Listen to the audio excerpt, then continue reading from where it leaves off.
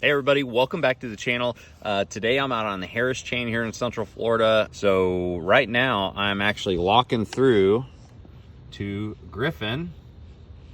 There's a lock right there, a pretty small lock. Here on the Harris chain we don't have any real big ones, but this is actually, you know, the biggest of the two. You got one on a Popka that's even smaller than this. And I think this one only can hold like 6 or 8 boats or something like that. I forget exactly how much how many they can take in there. But I figured I'd do a real quick video for everybody that's not familiar with the locking procedure. You know, it can be a little bit intimidating if you don't have experience with it, but it's really pretty easy. Of course, it varies depending on what type of lock that you're going to be going through. This one being very, very small, it's a little bit easier and less intimidating. But then you've got you know, locks that are on like major river systems like the TVA, Tennessee River, things like that, Red River, those areas, and it's very, very similar. The biggest difference between those two, other than the size of the locks, is how you get the attention of the lockmaster. So here you can see the lockmaster can see me pretty easily, and so I don't really have an issue getting their attention here because they can see me. But with larger locks, you know, obviously a small bass boat coming to the lock that may be, you know, 40 foot tall. I don't know exactly how tall, but it's really, really tall. They can't really see you sometimes. So usually they'll have some sort of signaling device. Usually it's a pull rope that is attached to a siren, you know, something that'll notify the lockmaster that you want to lock through. So if it's a larger lock and the lockmaster doesn't see you, look for that rope. Usually there'll be like a sign or something that says pull cord here, or there might be a little horn or something like that. And so go ahead and look for that device, that pull cord, and pull it once. You don't need to pull it multiple times. You just really have to be patient. Once you pull that cord, you'll probably hear the siren go off to notify the lockmaster. So just hang out, and the lockmaster, you know, may have somebody locking through on the other end. It may take a while. And another way to kind of get in touch with the lockmaster, and it's actually opening up now. You can see the people that are locking through are they're gonna let them out pretty soon here. So another big key is waiting until the lock door, or the lock is completely open to go through. That's one of the pet peeves of the lockmaster. So I'm gonna start the boat right now and get ready. There actually may not be anybody in here, but you always wanna make sure that you wait for any outgoing traffic first. So let's see. I think we are good to go. So we're gonna go in. You wanna make a lockmaster angry, you go in while the doors are still opening. It's never a good thing. You don't wanna make the lockmaster angry. So anyways, you go, take it easy, go slow, either trolling motor or big engine.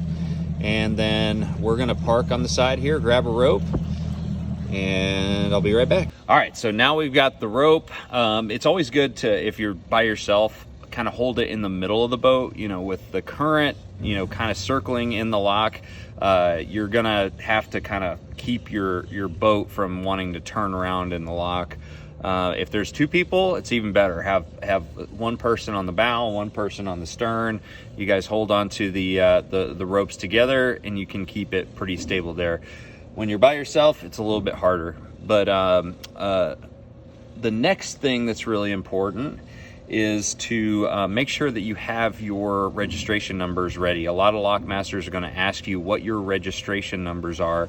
That way they can kind of account for people that go through the lock and make sure that they come back, or it's whatever logging process they might have. But now it's just a matter of waiting for the water level to go down or up, depending on which way you're going.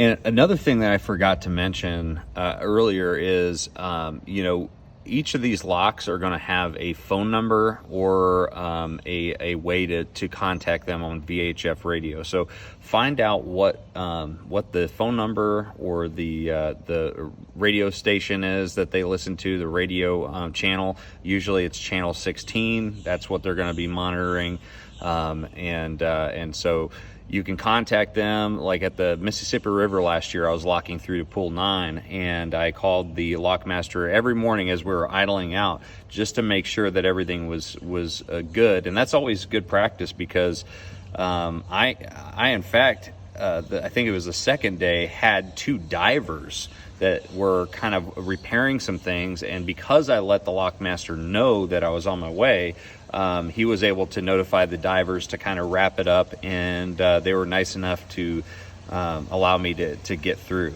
So they kind of took a break and allowed me to get through. You can see we're dropping the water pretty fast here.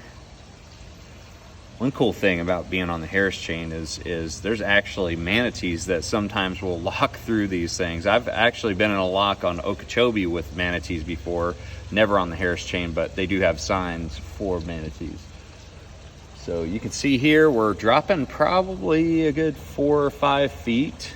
And then again, on the way out, you know, the lockmaster usually wants you to not go through until they fully open the doors, but sometimes they'll just let you go as soon as the doors kind of, you know, are open to the width of the boat, or a safe, you know, a width. But just make sure you follow the lead of the lockmaster, and yeah, that is pretty much it. We're about to go out pretty soon here.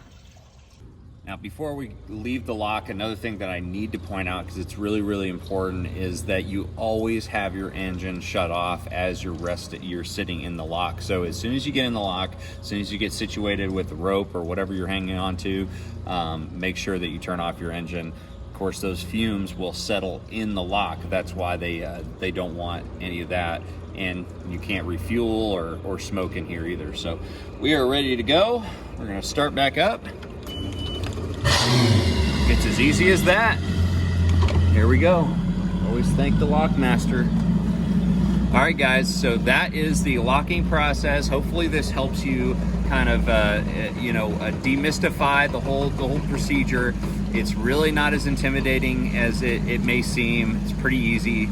These lockmasters really provide a great service, and they do a good job and make it really easy for you. So anyways, hopefully this helps. Make sure you like, share, subscribe. I got to get back out for practice here on the Harris chain. So I'll see you out on the water.